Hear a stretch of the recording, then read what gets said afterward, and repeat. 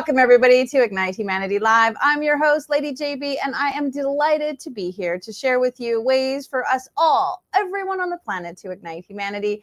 And it is my goal to come to you each and every day, Monday to Friday, and bring you powerful, exciting ideas and strategies on ways that each and every one of us can ignite humanity, and share with you amazing guests that are around the globe doing amazing things that are also igniting humanity so that you feel inspired. We want you to awaken, because today's Tuesday and it's all about awaken is our daily theme.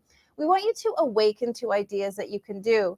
Now, a lot of people feel like igniting humanity is a huge endeavor, and we want to share that it's actually an incremental step that each and every one of us can do. We all have the power to ignite humanity.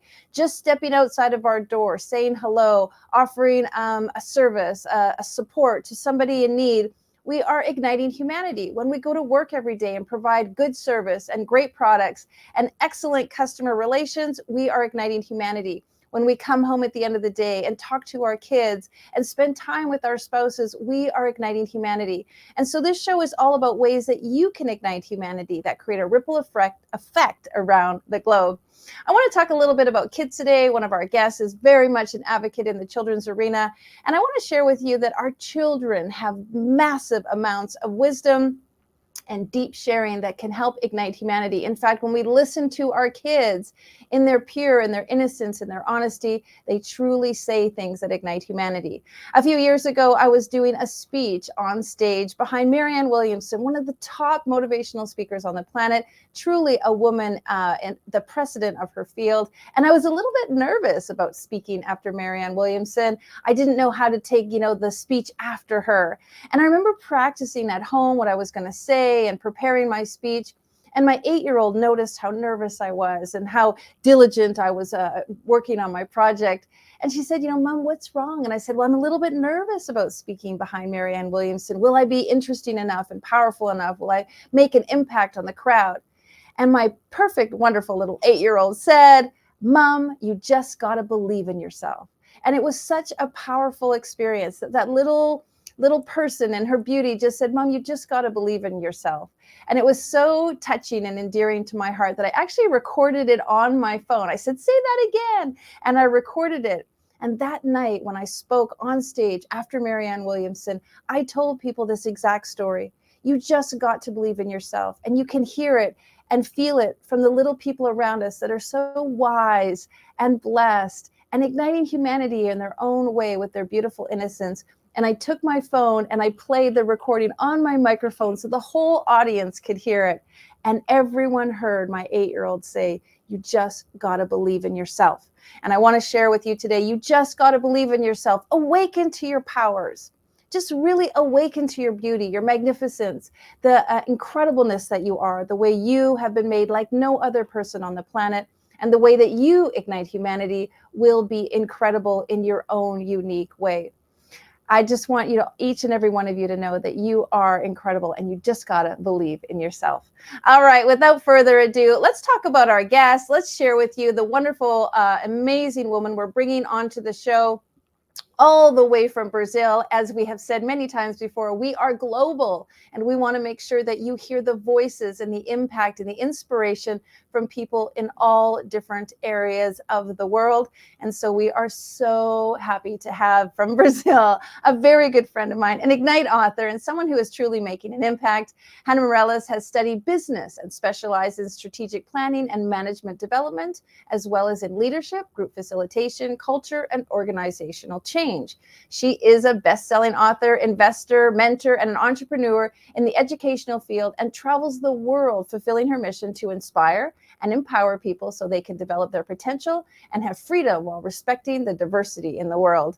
She's also leads a nonprofit project that supports children to create a better future for themselves, their families, and the planet, called Development Village. Ladies and gentlemen, welcome to the show, my good friend. Hello, Hannah.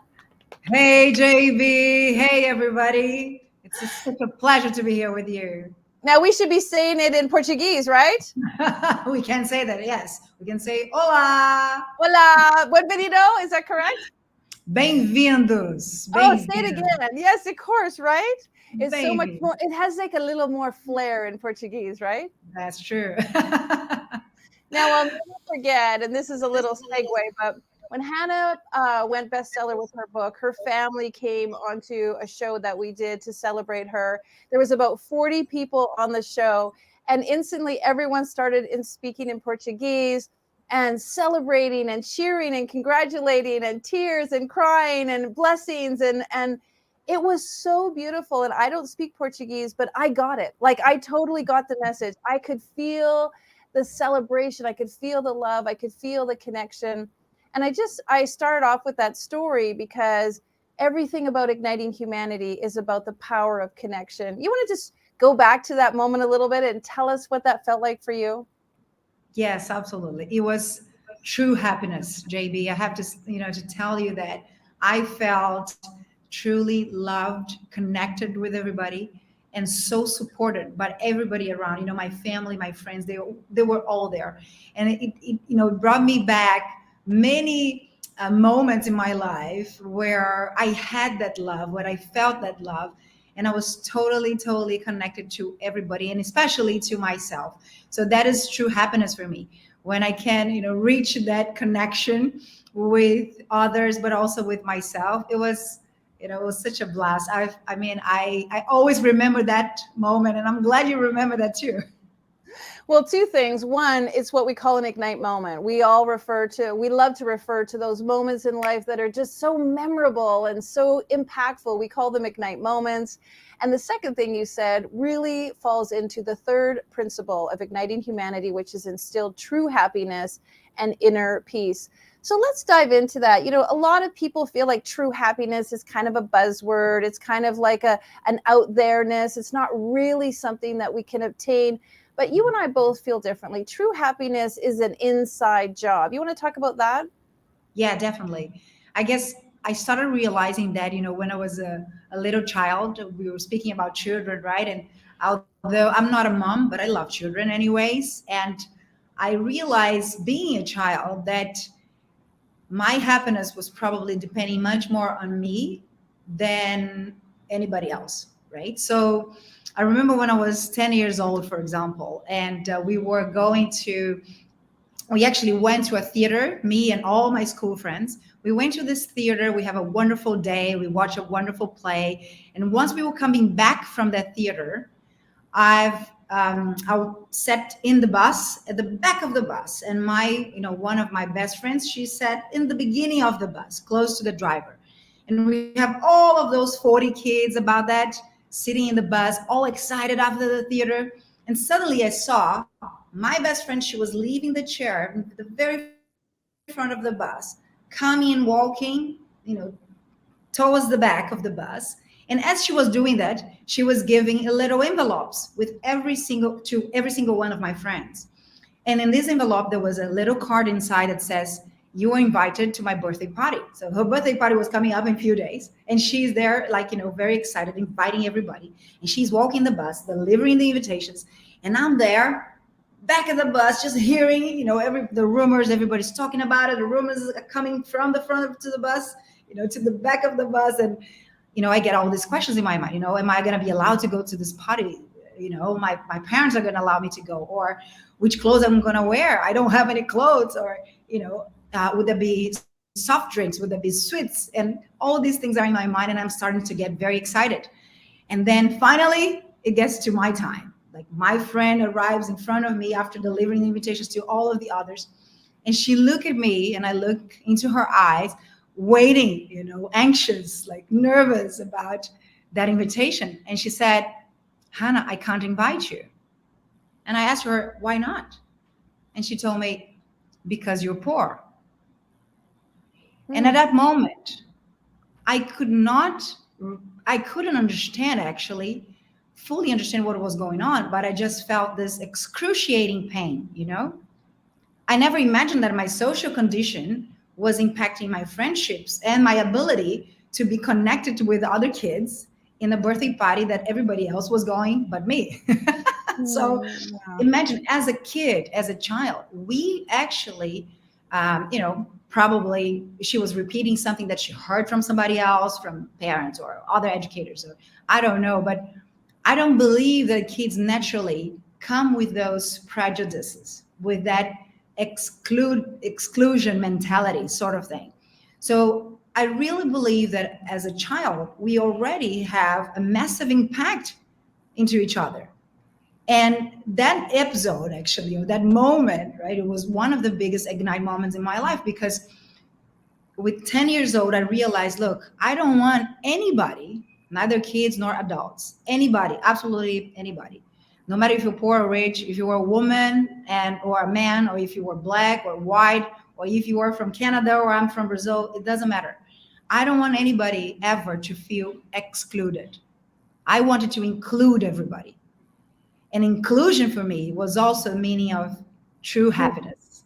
When I felt included, every time in my life, I felt truly happy. And, that it was really touchy to me, because as a child, as children, we can already impact each other's lives.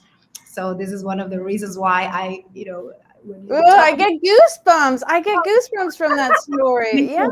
Yeah. This, right? Well, a couple of things. I mean, one, it's such a great example of what we call an ignite impact moment. So something happened that was very impactful, and often our ignite impact moments happen when we are young. Many times an ignite impact moment actually impacts us so much that we do things in our lives a very specific way because of that impact moment. Now, often an ignite impact moment can be quite negative and actually cause us to withdraw or hold back or do things that we wouldn't normally do because we feel hindered by our ignite impact moment. I just want to say kudos to you, because you took your ignite impact moment and you turned it into something good. You didn't necessarily let it diminish you or hold you back. You actually decided it was going to be the fuel to the fire that you needed to spark change and ignite something new in you. Yes, absolutely, JB. Because that's the thing, right? For me, it was like that no that girl gave me in the bus. I've received so many other no's in my life. I believe you too, right? All of us have. How many, right, of us have heard a no or received a no from somebody else? All of us, I believe. And the power that we have in our hands is exactly that power of choosing what to do with that no. So do I want to turn that no into a win in my life? Right. So that's exactly what I did in that episode. Since then, for the last 32 years, I just completed 42 yesterday. So I was thinking, oh my God, for these last 32 years, I've been, doing this work to include people. So that friend 32 years ago did me a great favor. She was so important in my life to give me that no and showing me, right, Hannah, you have to choose what do you want to do with that, right? And then so I believe that everybody has this power of choosing what to do when the no's come into your direction. This is really important, and I want to stress for people to think about it for a moment. Imagine someone in your life who has said something or impacted you in a way that at the time that it happened, it actually felt painful or difficult. But as Hannah said, that person actually was a beautiful catalyst, was a beautiful, co-creator in your life. They helped move you in a different direction that has now become your mission or your purpose or what you're most dedicated to. And Hannah, that is a fantastic example, because I think every single one of us, and this is the power of storytelling, why we do the show and what I think will ignite humanity is true, authentic stories. As you were telling that story, I used to ride the bus to school also. And I was like literally like back in the bus in my school, like thinking about my life and the time when I felt ostracized on the bus or I felt excluded. And so that's the power of stories and how we layer them within each other, and we can relate to each other even more. So beautiful. Fast forward a little bit. Now you're doing things. You've had an ignite transformation moment. So talk about that. Your impact moment was what pulled you forward. And now you've had what I love to call an ignite transformation moment that has really propelled you into your mission and what you do to serve others. Mm-hmm. Yes. I guess, like everybody's lives, my life were made with those ignite moments that to become that transformation about who I am today. And, I feel I'm still transforming, right? I feel that I change every day because I learn new things every day. And talking about learning, Another very impactful moment in my life was also when I was about 18, yeah, 17, 18 years old. I just joined university. I was so excited about my new course. I had no idea what would happen. I would study business at the time, and then but I was totally, a little bit lost actually, because I just had no clue what a university was about. And I'm just there now with all these people.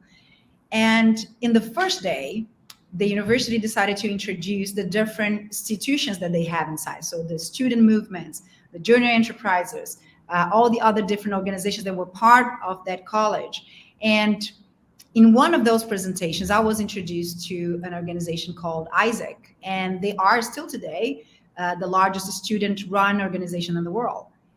And I was, with them watching the presentation, and suddenly they opened the world map in the wall. And they said, we are in all those places. What we do is to develop young leaders so they can transform the world. And we do that through exchange programs, professional exchange programs, where people can travel all over the world and they go back to their communities, their countries, to make a difference. When I heard that, JB, I was totally hooked.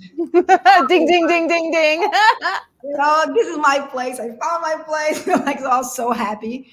And so I realized that, okay, how do I work with these guys? What do I have to do to be part of it? So they explained to me they had a selection process coming up, and I have never participated in a selection process in that way. And I went there to apply. So I went to the office. First requirement I saw, you must speak English. I didn't speak English when I was 18, JB. Really? Wow.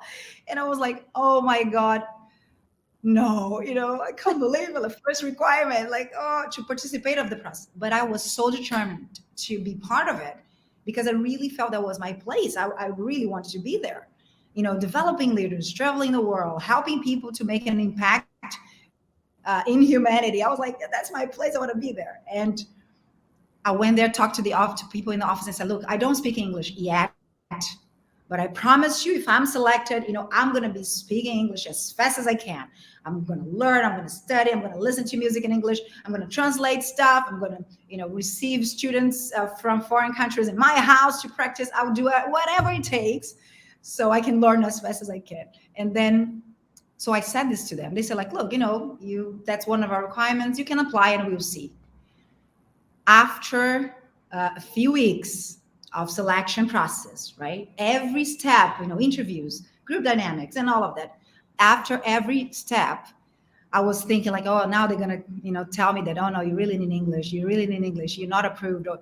But at the same time, I have that hope. And my intention was so big. I really want to work with these guys. And I was telling them every step of the way, I really want to work with you. I know I don't speak English, but I will. I will learn. Give me the chance. Blah, blah, blah. Long story short, I was selected. I was the only one selected in the world that year that didn't speak English. And they trust me. They gave me a credit. They believed in me because I believed in myself too, right? So I told them that I would do it. And that changed my life. The persistence, the grit, but also the faith that I have in myself and the work that was possible to be done with their organization, with the opportunities and possibilities that they were presenting, and the fact that I could be part of it. I would never give up on that. No, I would be very persistent as I went, many years. I love that story. I love that story. And I love the way you tied it into the beginning of the show about you got to believe in yourself. And when you believe in yourself, you inspire others to believe in you. And the theme for the day is really about awaken. Like you awoken to this new idea about being a part of that organization. And that sparked in you this idea that you were going to improve your life, change your life, guide yourself in a new direction so that was going to be your mission.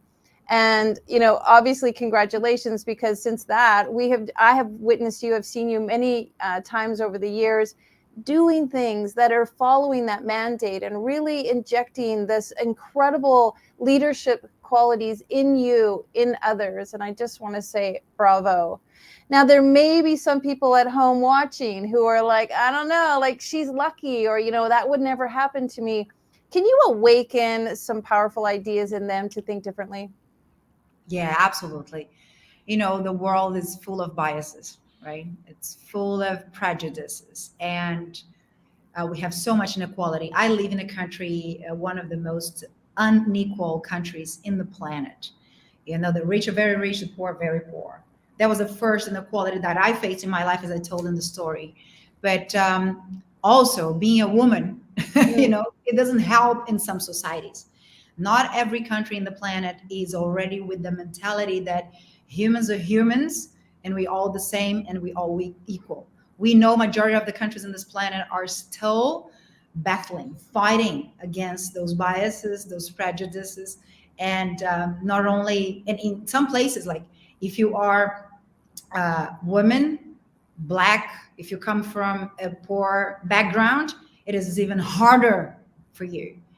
And when I think about luck, luck is a magical word for me, because I do think it is something that it is out there, but it's also about how do I embrace that luck. When I see an opportunity, when something comes, a possibility comes on my way, do I grab that? Or am I analyzing and complaining about it and analyzing, judging, and saying, oh no, that's not perfect. That's not exactly what I want. That's not. So in my case, I don't think twice. If an opportunity comes and I feel it, that is for me, I'll grab it.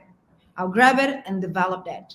Maybe it's not the perfect thing yet, but I'll make it happen, right? So for me, it's about grabbing those opportunities, understanding that yes, that awakening that you mentioned, JB, for me is a feeling. It's something that, okay, that sounds that it feels that this is for me. Let me try it. Let me go. Let me grab it and let me do it.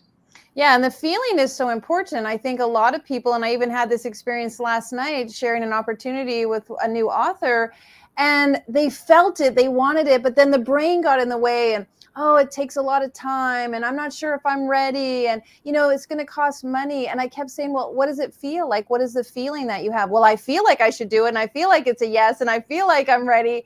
But then I keep thinking like maybe, and I was like, wow. And this really, to your point, how we feel, like trust that feeling, awaken to that feeling, let that feeling be the guide, because all the practical stuff is actually just constructs that we put in our mind. And so you are absolute example of follow that feeling and awaken to it. Tell us a little bit about your initiative and the ways that you are igniting others. I'd love to hear a little bit about what you're doing, because it might inspire somebody else to go ahead and try and do the same. All right. So you mentioned a little bit in terms of my project that I have, the Development Village, with the children in the city where I live, and it's a foundation where we provide complementary education, different workshops, and different trainings that they wouldn't have in school, but also bringing them skills that they need to develop to change their future, not only their future, for themselves, but also for the families and for the entire community where they are. And this project is for children around communities we call them the high risk communities, right? So there are a lot of things that we shouldn't be exposing our kids to it, but it is there. It's just the reality. It's what it is. And then now, how do we actually give opportunities to these kids to see, okay, there's a different life than this one that I see every day in the streets. There's a different life for me. Am I going to choose this or that? So showing these opportunities and the possibilities, this is one of the works that we're doing. And besides of that, most of my time, I'm also training leaders, right? So I started back then when I was 18, developing young leaders, and now I develop leaders of all ages. So I'm a global trainer for leadership and cultural transformation for different organizations, and also for people like in different open programs. This is a little bit more what I do. I really believe in the power of leadership. If we choose that, right, the path of leadership, taking responsibility for what's going on, we can definitely collectively as human beings solve the major issues that we have, whether it's climate change or solving the inequalities that we have in the world, having better distribution around for everybody else, and having better lives for all humanity. And we actually had a guest on the show a couple of days ago who said, just leading your dog, leading your kids to school, leading a crosswalk, like you are a leader. No matter what you do, you are a leader. And I love that you speak about being in leadership, because we all actually are leaders in our own lives, in our families, and we all can be leaders to make a huge impact.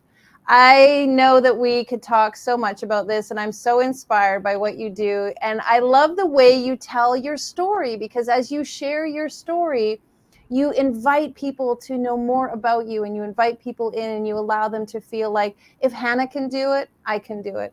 So, so beautiful. We're going to put up on the screen where people can find you and know more about you. Any final words you'd like to share? I'd love to share with everybody about, have grit, have persistence. We know the world is not easy in many aspects, and especially depending where you are, where you come from, your background. But have grit. Try to find mentors. And sometimes the mentors are not going to be available for you for free, right? But if you see somebody, sometimes as an older cousin, as an uncle, as a teacher, as somebody that you saw on TV, make sure that if you have that figure, once you find somebody that inspires you, and it can be that mentor to you, even if it is informally, watch what that person does, the good examples that brings to you, the different opportunities that came up into your life, and persist, have that grit, that passion to build the life that you always dreamed of. And in this way, you're going to be not only changing your life, but also contributing to other people's changes. And that's the beauty of life. That will be my final words. Amen. Well, you are beautiful. Thank you so much. We will go forth today with grit and passion in our day. Thanks, Hannah. Have a beautiful day. Thank you so much, JB. And thank you all for watching. Well, as you can see, we are all leaders. We have grit, and we can inspire each other. Hannah has a great way of telling her stories, and it has inspired me to tell you, if you would like to share your story and talk about what you're doing, your Ignite moment, your impact moment, your transformation moment, please tell us more about it at ignitehumanity.life share, and you could be a guest on the show. Additionally, if you'd like to write your story in one of our books, we'd love to direct you to our website, because we are on our 20th compilation book. Over 700 authors have shared their powerful stories in our Ignite books, and we are always looking for more stories like yours. Go to ignitehumanity.life and see the many new books that we are writing.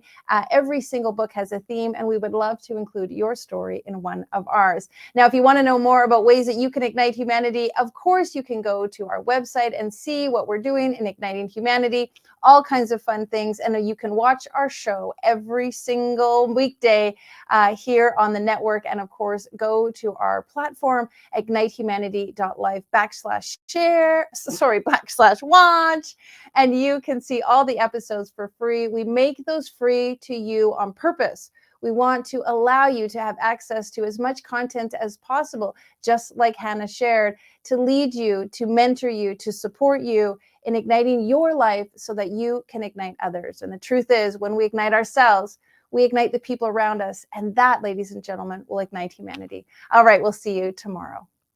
Now, more than ever, we need to come together to connect with one another.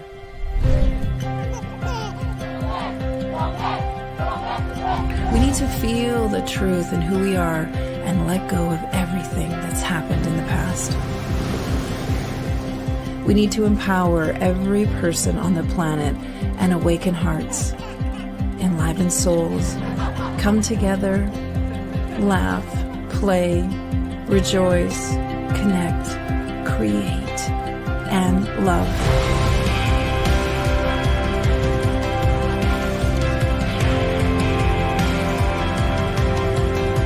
It's time to ignite humanity.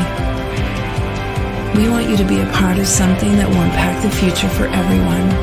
We want you to tell your story, share your Ignite moment, show people who you truly are. Be a part of igniting humanity and making a difference in the world and all of our futures.